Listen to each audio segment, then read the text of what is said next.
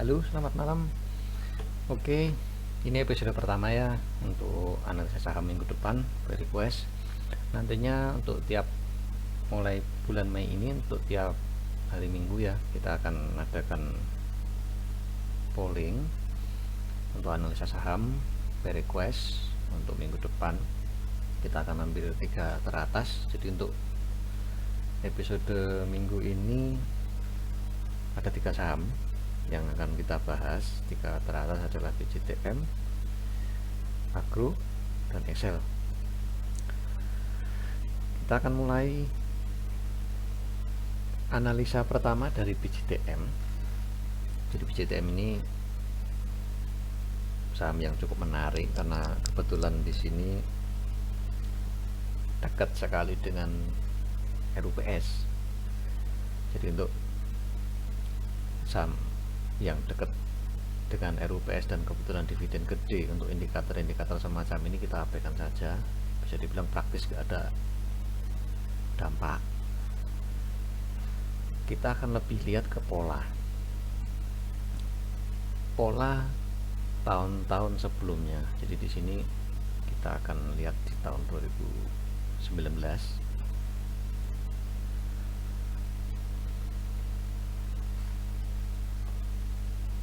Jadi tahun 2019 kemarin itu BCTM itu RUPS di tanggal 26, kemudian 6 hari setelahnya itu come date. Begitu pula di tahun 2020 saat RUPS tanggal 24 April, 6 hari setelahnya come date. Jadi kemungkinan besar tanggal 3 besok 2021 ya, tanggal 3 Mei RUPS kemungkinan sekitar tanggal mungkin 11 ya, sekitar 10 atau 11 ya 10 atau 11 tepat sebelum libur, kemungkinan di situ come date-nya. Nah, yang perlu kita lihat adalah apa yang terjadi selama masa RUPS sampai come date. Di tahun 2019 setelah RUPS 1 minggu ke depan menuju come date itu harga saham bergerak turun.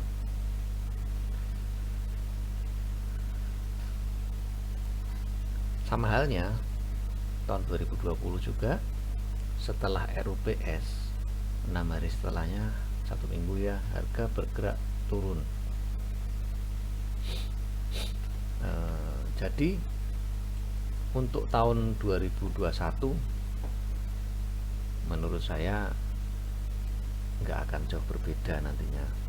Kemungkinan juga harganya dari RUPS akan bergerak turun sampai menuju come date-nya. Turun ke berapa? Kemungkinan sih deket-deket support ya.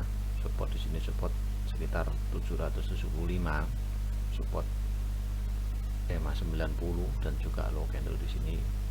Low candle di sini. Jadi ada support yang cukup kuat di sini, kemungkinan sampai kum di situ. Lalu apa yang terjadi setelah exit? Nah, di sini setelah exit itu tahun 2019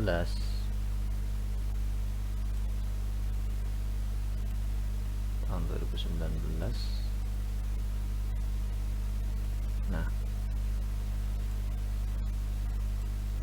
kurang lebih dari come date sampai bottom setelah exit ya, pada penurunan kurang lebih 1 minggu di sini, kemudian sideways lama ini ya, sideways beberapa bulan ini, 1 bulan, kemudian ada naik sedikit, kemudian sideways lagi 2 bulan. Tapi yang perlu kita perhatikan di sini penurunannya setelah come date sampai bottom itu kurang lebih 11%. Sidewaysnya lama ini ya, dari Mei sampai Oktober kurang lebih 5 bulan baru dia mulai ada kenaikan yang cukup kelihatannya. Dari sini sampai ke sini mungkin setengah ya kenaikan, sekitar 2 bulan setengah kenaikan. Jadi kalau kita setelah complete kita exit, kita nggak usah ambil dividen, kita ambil di sekitaran bottom, mungkin dalam 1 bulan bisalah kita dapat 5%. Lalu untuk tahun 2020 kurang lebih sama. Di sini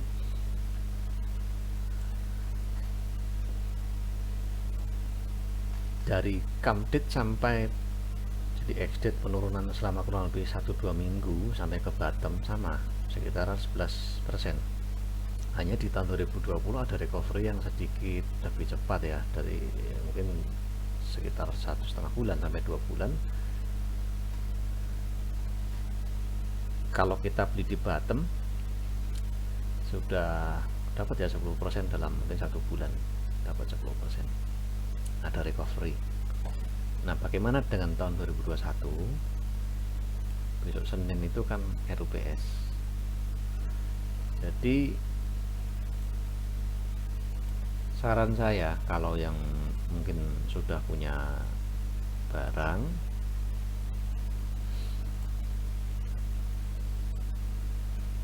exit dulu aja di sekitaran RUPS ya, jual dulu aja, mau sebagian mau seluruhnya silahkan, tapi saran saya lebih baik exit dulu.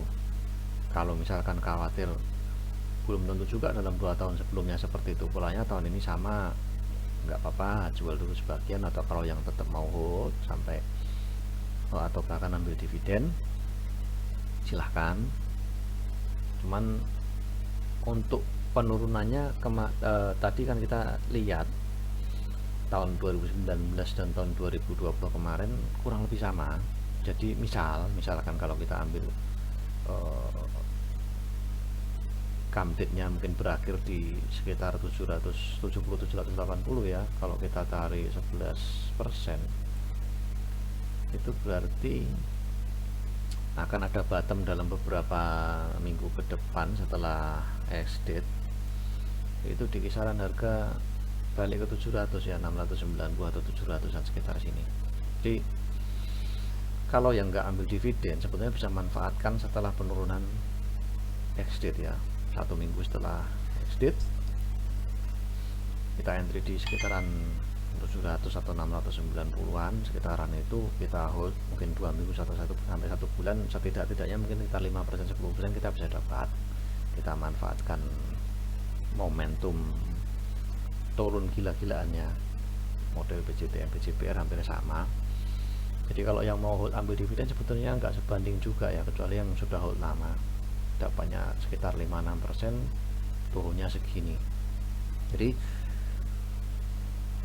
untuk BCTM kurang lebih begitu saran dari saya. Analisa mungkin justru akan cenderung turun ya setelah mulai dari RUPS sampai come date.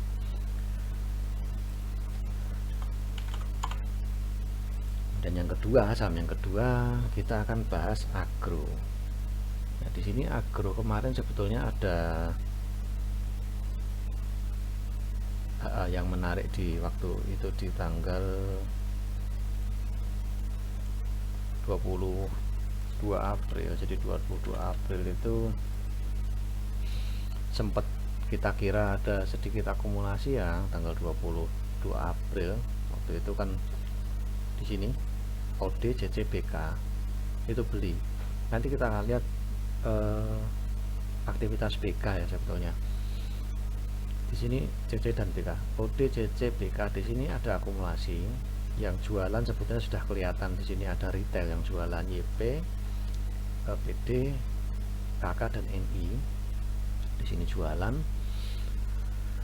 Cuman sayangnya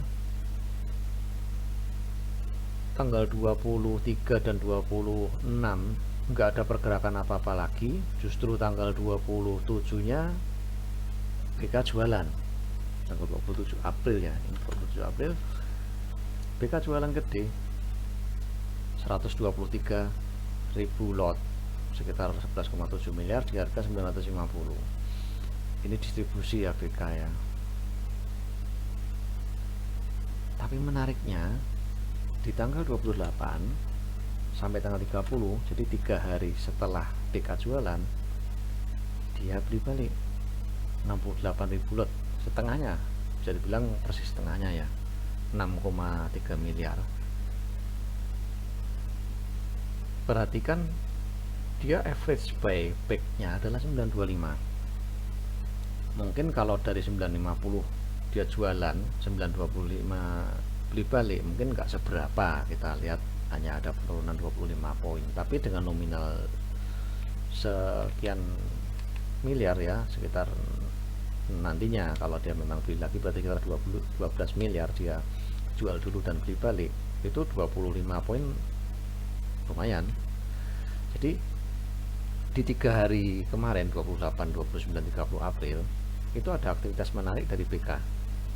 Dia beli balik setelah tanggal 27, dia jualan sesaat aja, satu hari, dalam satu hari dia jualan gede, enggak tahu alasannya apa, saya juga nggak ngerti pemikiran si BK sendiri seperti apa, tapi yang jelas dia jualan besar. Kalau memang dia ada maksud untuk distribusi, harusnya dia akan lanjutkan di tanggal 28 nya distribusi. Cuman hal yang menarik, 28, 29, 30 BK justru beli balik. Peserta ini lagi CC, MK, ZB. Jadi di sini poin utamanya adalah BK ya, aktivitas BK yang cukup menarik. Tapi secara keseluruhan untuk agro, saya sendiri belum menyarankan untuk entry, lebih baik wait and see dulu untuk minggu depan. Kita lihat ada aktivitas apa nanti dari BK. Kalau memang BK masih rutin beli, kemungkinan harga juga akan masih ada potensi dia kembali ke mungkin sekitaran di level, kembali ke level support kemarin ya, yang break di 970-an, dia akan kembali segitu. Potensial upside-nya juga nggak terlalu lebar. Nah kan di sini juga banyak sekali resistennya. Di sini ada barengannya, ada EMA 20, ada EMA 90, atasnya ada EMA 60. Jadi di sini masih kurang menarik kalau menurut saya, walaupun di sini ada aktivitas yang agak menarik perhatian dari BK. Oke, jadi untuk agro itu. Kemudian yang ketiga adalah Excel. Excel ini kurang lebih ada kejadian yang mirip dengan BCTM, karena untuk minggu depan tanggal 3 itu dia juga come date. Kalau BJP yang masih RUPS, Excel sendiri sudah come date. Nah kita juga sama, kita lihatin untuk pola tahun 2020, karena Excel ini enggak, dividennya enggak, bisa dibilang enggak berasa ya. Tahun 2020 cuma 20 perak. Jadi di sini pun dari RUPS tanggal 19 Mei sampai come date-nya tanggal 29 Mei, ex-date tanggal 2 Juni. Di sini praktis nggak ada pergerakan apapun ya, stagnan aja. Jadi menurut saya untuk tahun ini juga nggak ada hal yang cukup menarik. RUPS tanggal 26 April, kemudian besok Senin come date. Yang mau ambil dividen silahkan, karena toh juga nggak terlalu besar, 31 perak ya. Kemudian untuk ex date pun kalau ada penurunan pun juga nggak terlalu signifikan, mungkin juga sama dengan setara dividennya sendiri.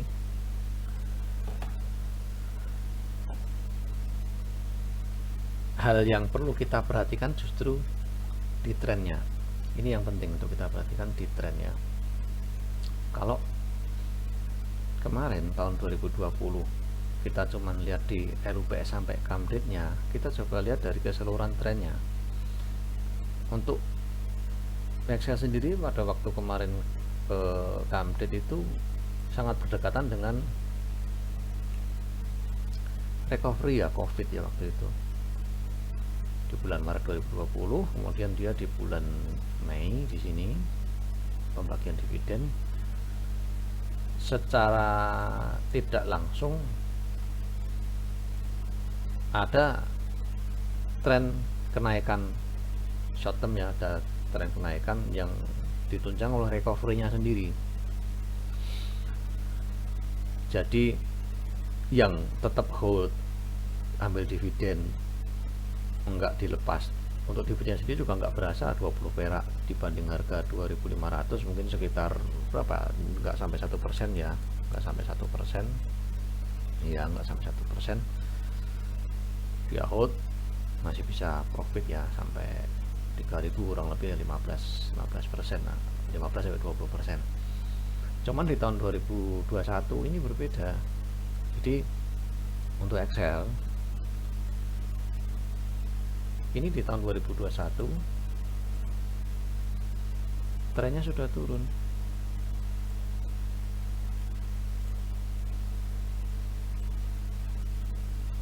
Jadi kalau di sini memang ditopang oleh recovery, tapi di sini trennya nggak bagus. Jadi saran saya, kalau yang mau ambil dividen silahkan, cuman lebih baik setelah dividennya exit, saran saya dijual aja, karena trennya turun.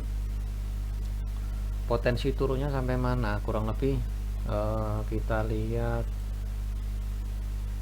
di sini ya, mungkin di sekitaran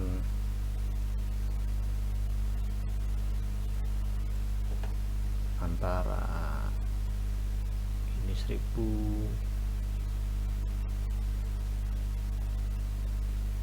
penurunan terdekat mungkin sekitaran 2000 ya, 2000 ya. Di sini kan ada support ya, sekitaran 2000 kurang lebih ya, 1990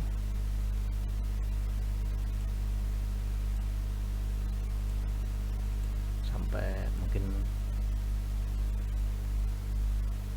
di sini.